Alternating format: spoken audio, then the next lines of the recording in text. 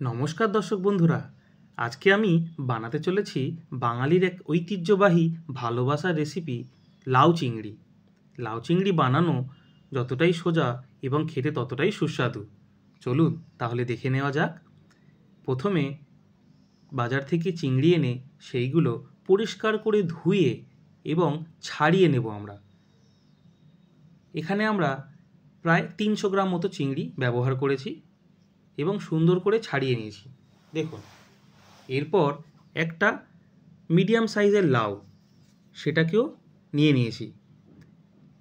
এরপর আমরা কি করছি, একটা ফ্রাই প্যানে কিছুটা তেল নিয়ে তার মধ্যে ছাড়িয়ে রাখা চিংড়িগুলো দিয়ে দেবো ভাজা হওয়ার জন্য। তেলটা ভালোভাবে গরম হলে তবেই আমরা চিংড়িগুলো দেবো এতে, এবং এতে অল্প পরিমাণ হলুদ গুঁড়ো এবং অল্প পরিমাণ নুন, এই দুটো দিয়ে ম্যাক্সিমাম আমরা মিডিয়াম ফ্লেমে 1 মিনিট মতো ভাজবো। 50 সেকেন্ড থেকে 1 মিনিট, বেশি কড়া ভাজা করব না। আমাদের এখানে চিংড়ি প্রায় কুকড হয়ে গেছে। এরপর আমরা চিংড়িটা একটা জায়গায় আলাদা করে তুলে নেব। ওই ফ্রাই প্যানে তেল সমেত যা আছে সমস্তটুকুই আমরা এই বাটিতে একটা জায়গায় তুলে নেব। এরপর আমরা কিছুটা আলু এইভাবে ছোট ছোট করে কেটে নিয়েছি, এবং প্রথমেই যে মিডিয়াম সাইজের লাউটা আপনারা দেখেছিলেন সেটাও এইভাবে লম্বা লম্বা করে কেটে নিয়েছি। এরপর রান্নাটা শুরু করি। একটা কড়াইতে অল্প সর্ষের তেল দিয়ে তেলটা ভালো করে গরম হয়ে গেলে কেটে রাখা আলুগুলো প্রথমে ফ্রাই করে নেব।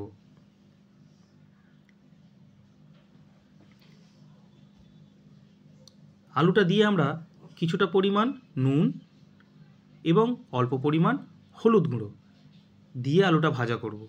তাহলে আলুর রং এবং নুন দিলে আলুটা খুব তাড়াতাড়ি সেদ্ধ হবে।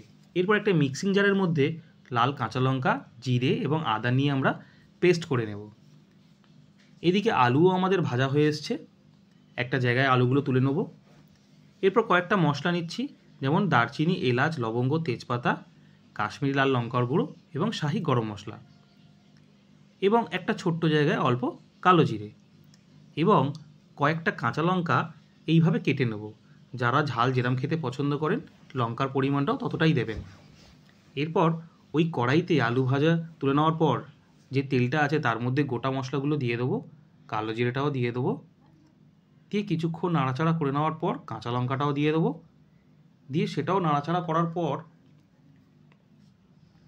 আমরা এতে আমাদের বেটে রাখা যে মশলাটা, যেটা মিক্সিং জারে আমরা বেটেছিলাম, সেটা দিয়ে দেবো। সেটা দিয়ে কয়েক সেকেন্ড নাড়াচাড়া করার পর অল্প পরিমাণ জল দিয়ে দেবো। জল দিয়েও মশলাটা আমরা কষাতে থাকবো। যতক্ষণ আমাদের মশলাটা এখানে ফুটছে, এর মধ্যে আমরা একে একে হলুদ গুঁড়ো,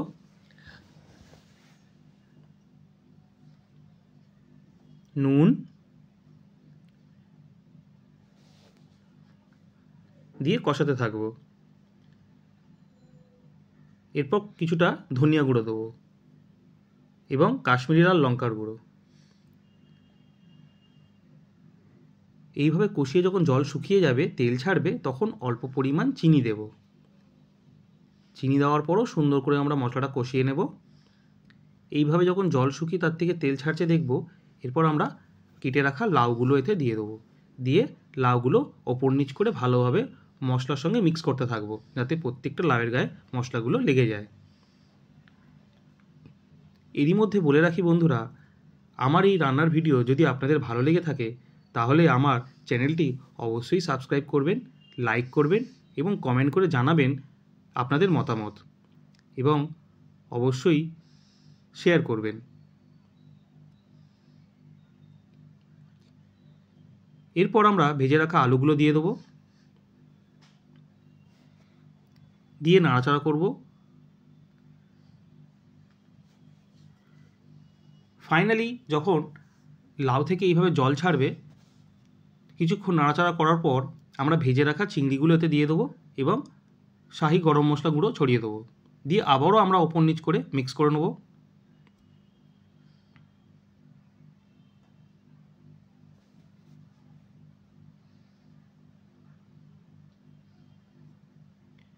এরপর ঘরে বানিয়ে রাখা দেশি ঘি 2 চামচ এর ওপর ছড়িয়ে দেবো।